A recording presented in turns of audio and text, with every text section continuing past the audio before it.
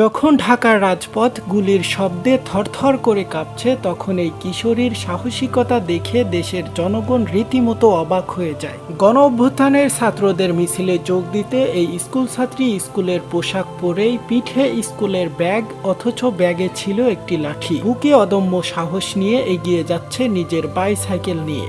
অন্যদিকে রিকশা করে যে ছাত্রকে নিয়ে যাচ্ছে, এই দৃশ্যটা মূলত বনানী বিদ্যা নিকেতন স্কুল অ্যান্ড কলেজের শিক্ষার্থী গোলাম নাফিজের ঘটনার সঙ্গে সম্পৃক্ত। 4ই আগস্ট 2024 বিকেল আনুমানিক 4:30টার দিকে ফার্মগেট ফুট ওভার ব্রিজের নিচে নাফিজ গুলিবিদ্ধ হয়। পুলিশ তাকে রিকশার পাদানিতে তুলে দেয়। তখনও তিনি রিকশার রড ধরে ছিলেন। রিকশা চালক নূর মোহাম্মদ তাকে হাসপাতালে নিয়ে যাওয়ার চেষ্টা করেন, কিন্তু শেষ পর্যন্ত নাফিজ মারা যান। তার বয়স ছিল মাত্র 17 বছর।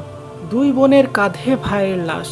ইসমাইল হোসেন রাব্বি। 4ই আগস্ট 2024 ঢাকার শাহবাগ এলাকায় পুলিশের গুলিতে তিনি নিহত হন। পরদিন তার বড় দুই বোন মিম ও মিতু ঢাকা মেডিকেল কলেজ হাসপাতালের মর্গে ভাইয়ের মরদেহ খুঁজে পান। এরপর তারা ভাইয়ের মরদেহ কাঁধে নিয়ে বের হন এবং বিচারের দাবিতে মিছিল করেন।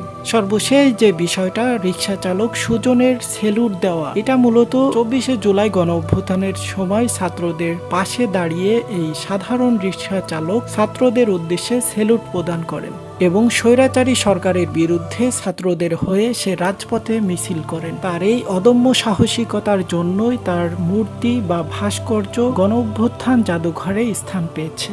এছাড়াও এখানে আরো অন্যান্যদের ভাস্কর্য স্থাপন করা হয়েছে, যারা মূলত স্বৈরাচারী সরকারের বিরুদ্ধে কঠোর অবস্থান অবলম্বন করেছিল এবং যারা দেশের জন্য নিজেকে পুরো উৎসর্গ করে দিয়েছিল, স্মরণেই এই জাদুঘর করা হয়েছে। সো আজকের ভিডিও এই পর্যন্তই। আপনারা দেখছেন এই গ্লোবাল নিউজ। সকল আপডেট পেতে আমাদের চ্যানেলটি সাবস্ক্রাইব করে আমাদের সাথেই থাকুন। ধন্যবাদ।